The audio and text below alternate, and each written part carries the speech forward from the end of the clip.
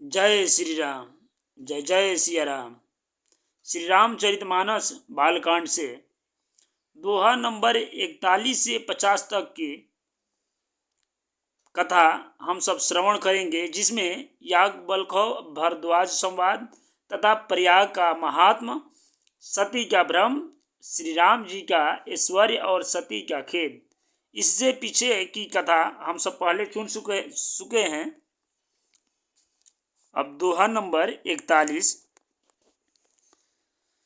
समन अमित उत्पात सब, भरत चरित जप जाग, कली अघ खल अवगुण कथन, ते जलमल बग काग। संपूर्ण अनगिनत उत्पातों को शांत करने वाला भरत जी का चरित्र नदी तट पर किया जाने वाला जप यज्ञ है। कलयुग के पापों और दुष्टों के अवगुणों के जो वर्णन है, वे ही इस नदी के जल का कीचड़ और बकुले कौवे हैं। यह कीर्ति रूपिणी नदी 6 रीतियों में सुंदर है। सभी समय यह परम सुहावनी और अत्यंत पवित्र है। इसमें शिव पार्वती का विवाह हेमंत ऋतु है। श्री रामचंद्र जी के जन्म का उत्सव सुखदायी शिशिर ऋतु है। श्री रामचंद्र जी के विवाह समाज का वर्णन ही आनंद मंगलमय ऋतुराज बसंत है। श्री राम जी का वनगमन दूसरा ग्रीष्म ऋतु है और मार्ग की कथा ही कड़ी धूप और लू है। राक्षसों के साथ घोर युद्ध ही वर्षा ऋतु है, जो देवकुल रूपी धान के लिए सुंदर कल्याण करने वाली है। रामचंद्र जी के राज्य काल का जो सुख, विनम्रता और बड़ाई है, वही निर्मल सुख देने वाली सुहावनी शरद ऋतु है। सती शिरोमणि श्री सीता जी के गुणों की जो कथा है, वही इस जल का निर्मल और अनुपम गुण है। श्री भरत जी का स्वभाव इस नदी की सुंदर शीतलता है, जो सदा एक सी रहती है और जिसका वर्णन नहीं किया जा सकता। दोहा नंबर 42। अवलोकनी बोलनी मिलनी, प्रीति परस्पर हास, भायप भली चहु बधु बंधु की, जल माधुरी सुबास। चारों भाइयों का परस्पर देखना, बोलना, मिलना, एक दूसरे से प्रेम करना, हंसना और सुंदर भाईपन इस जल की मधुरता और सुगंध है। मेरा आर्त भाव, विनय और दीनता इस सुंदर और निर्मल जल का कम हल्कापन नहीं है, अर्थात अत्यंत हल्कापन है। यह जल बड़ा ही अनोखा है, जो सुनने से ही गुण करता है और आशा रूपी प्यास को और मन के मैल को दूर कर देता है।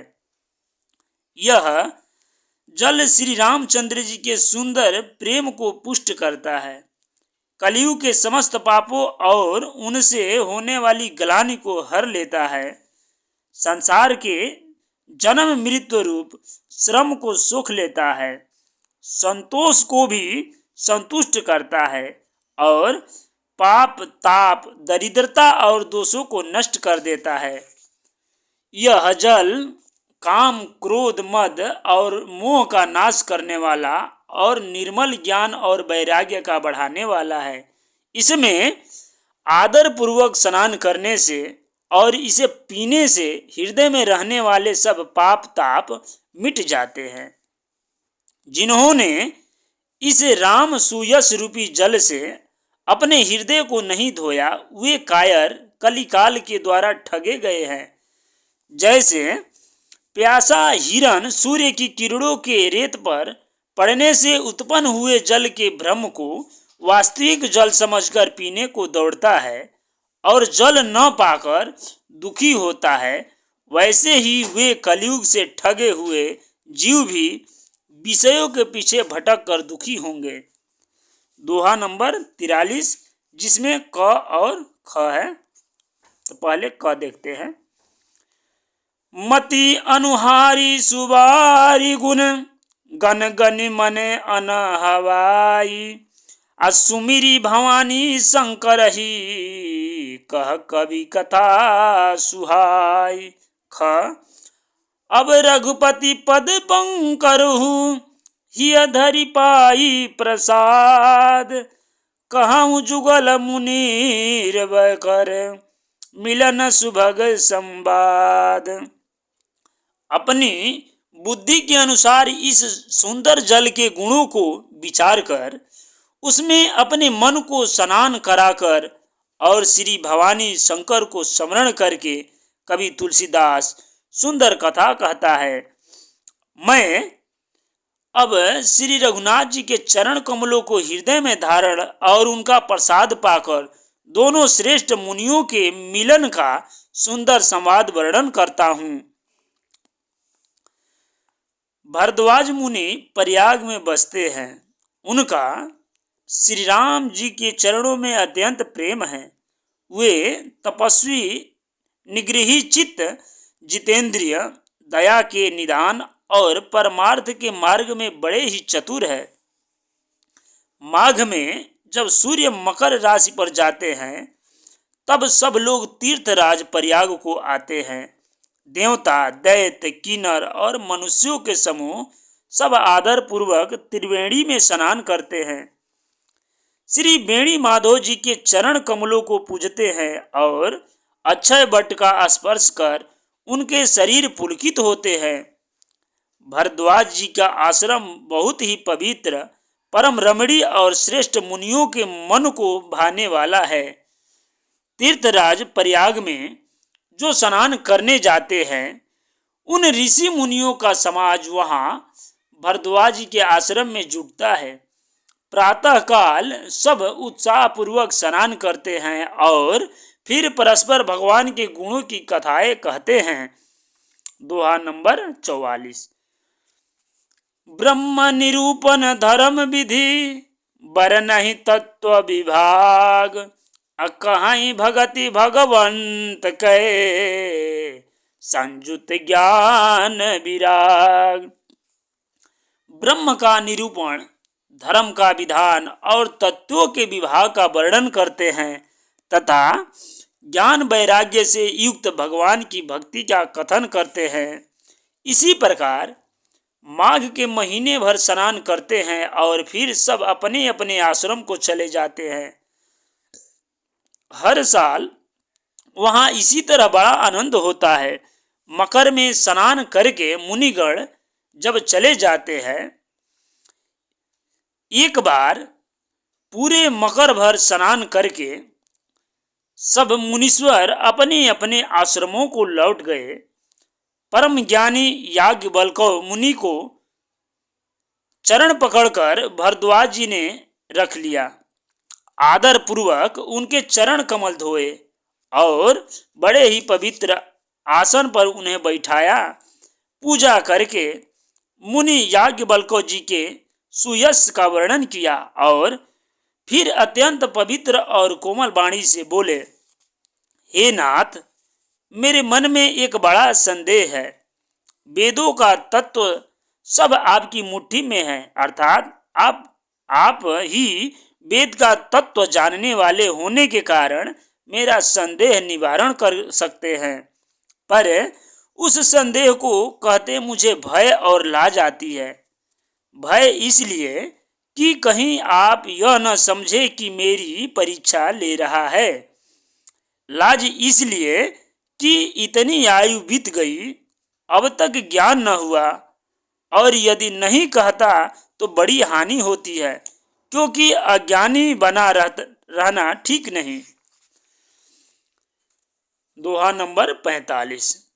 संत कहाई असी नीति प्रभु, श्रुति पुराण मुनि गाँव। अहोई न विमल विवेक उर, गुरु सन किए दुराव। हे प्रभु, संत लोग ऐसी नीति कहते हैं और वेद पुराण तथा मुनिजन भी यही बतलाते हैं कि गुरु के साथ छिपाव करने से हृदय में निर्मल ज्ञान नहीं होता। यही सोचकर मैं अपना अज्ञान प्रकट करता हूँ। हे नाथ, सेवक पर कृपा करके इस अज्ञान का नाश कीजिए। संतों, पुराणों और उपनिषदों ने राम नाम के असीम प्रभाव का गान किया है। कल्याण स्वरूप ज्ञान और गुणों की राशि अविनाशी भगवान शंभु निरंतर राम नाम का जप करते रहते हैं। संसार में 4 जाति के जीव है। काशी में मरने से सभी परम पदों को प्राप्त करते हैं। इसलिए हे मुनिराज, वह भी राम नाम ही की महिमा है, क्योंकि शिव जी महाराज दया करके काशी में मरने वाले जीव को राम नाम का ही उपदेश करते हैं। इसी से उनको परम पद मिलता है। हे प्रभु, मैं आपसे पूछता हूँ कि वे राम कौन हैं? हे कृपा निधान, मुझे समझाकर कहिए। एक राम तो अवधेश नरेश दशरथ जी के कुमार है। उनका चरित्र सारा संसार जानता है। उन्होंने स्त्री के विरह में अपार दुख उठाया और क्रोध आने पर युद्ध में रावण को मार डाला। दोहा नंबर 46। प्रभु सोई राम की अपर को जाहि जपत त्रिपुरारी, सत्य धाम सर्वज्ञ तुमा कहाऊं विवेकु विचारी। हे प्रभु, वही राम है या और कोई दूसरे हैं जिनको शिव जी जपते हैं? आप सत्य के धाम हैं और सब कुछ जानते हैं। ज्ञान विचार करके कहिए। इसलिए हे नाथ, जिस प्रकार से मेरा यह भारी भ्रम मिट जाए, आप वही कथा विस्तार पूर्वक कहिए। इस पर याज्ञवल्क्य जी मुस्कुरा कर बोले, श्री रघुनाथ जी की प्रभुता को तुम तो जानते हो। तुम मन, वचन और कर्म से श्री राम जी के भक्त हो। तुम्हारी चतुराई मैं जान गया। तुम श्री राम जी के रहस्यमय गुणों को सुनना चाहते हो। इसी से तुमने ऐसा प्रश्न किया है, मानो बड़े ही मूढ़ हो। हे तात, तुम आदर पूर्वक मन लगाकर सुनो। मैं श्री राम जी की सुंदर कथा कहता हूँ। बड़ा भारी अज्ञान विशाल महिषासुर है और श्री राम जी की कथा उसे नष्ट कर देने वाली भयंकर काली जी है। श्री राम जी की कथा चंद्रमा की किरणों के समान है, जिसे संत रूपी चकोर सदा पान करते हैं। ऐसा ही संदेह पार्वती जी ने किया था। तब महादेव जी ने विस्तार से उसका उत्तर दिया। दोहा नंबर 47। कहूँ सो मति अनुहारी, अब उमा शंभु संवाद, भयहु समय जही हे तुझही, सुनु मुनि मिटही विषाद। अब मैं अपनी बुद्धि के अनुसार वही उमा और शिव जी का संवाद कहता हूँ। वह जिस समय और जिस हेतु से हुआ, उसे हे मुनि तुम सुनो, तुम्हारा विषाद मिट जाएगा। एक बार त्रेता युग में शिव जी अगस्त ऋषि के पास गए। उनके साथ जगजननी भवानी सती जी भी थी। ऋषि ने संपूर्ण जगत के ईश्वर जानकर उनका पूजन किया। मुनिवर अगस्त जी ने राम कथा विस्तार से कही, जिसको महेश्वर ने परम सुख मानकर सुना। फिर ऋषि ने शिव जी से सुंदर हरि भक्ति पूछी और शिव जी ने उनको अधिकारी पाकर रहस्य सहित भक्ति का निरूपण किया। श्री रघुनाथ जी के गुणों की कथाएं कहते सुनते कुछ दिनों तक शिव जी वहां रह गए। फिर मुनि से विदा मांगकर शिव जी और दक्ष कुमारी सती जी के साथ घर यानी कैलाश को चले। उन्हीं दिनों पृथ्वी का भार उतारने के लिए श्री हरि ने रघुवंश में अवतार लिया था। वे अविनाशी भगवान उस समय पिता के वचन से राज्य का त्याग करके तपस्वी साधु वेश में दंडक वन में विचर रहे थे। दोहा नंबर 48, जिसमें क और ख है। हृदय विचारत जात हर के ही विधि दर्शन होई, अगुप्त रूप अवतरऊ प्रभु गए जानु सब कोई। शिव जी हृदय में विचारते जा रहे थे कि भगवान के दर्शन मुझे किस प्रकार हो। प्रभु ने गुप्त रूप से अवतार लिया है, मेरे जानने से सब लोग जान जाएंगे। सोरठा, जिसमें ख है। शंकर उर अति क्षोभ सती न जानहि मरमु सोई, तुलसी दर्शन लोभ मन डरु लोचन लालची। श्री शंकर जी के हृदय में इस बात को लेकर बड़ी खलबली उत्पन्न हो गई, परंतु सती जी इस भेद को नहीं जानती थी। तुलसीदास जी कहते हैं कि शिव जी के मन में भेद खुलने का डर था, परंतु दर्शन के लोभ से उनके नेत्र ललचा रहे थे। रावण ने ब्रह्मा जी से अपनी मृत्यु मनुष्य के हाथ से मांगी थी। ब्रह्मा जी के वचनों को प्रभु सत्य करना चाहते हैं। मैं जो पास नहीं जाना चाहता हूँ सो बड़ा पछतावा रह जाएगा। इस प्रकार शिव जी विचार करते थे, परंतु कोई भी युक्ति ठीक नहीं बैठती थी। इस प्रकार महादेव जी चिंता के वश हो गए। उसी समय नीच रावण ने जाकर मारीच को साथ लिया और वह मारीच तुरंत कपट मृग बन गया। मूर्ख रावण ने छल करके सीता जी को हर लिया। उसे श्री रामचंद्र जी के वास्तविक प्रभाव का कुछ भी पता न था। मृग को मारकर भाई लक्ष्मण सहित श्री हरि आश्रम में आए और उसे खाली देखकर अर्थात वहां सीता जी को न पाकर उनके नेत्रों में आंसू भर आए।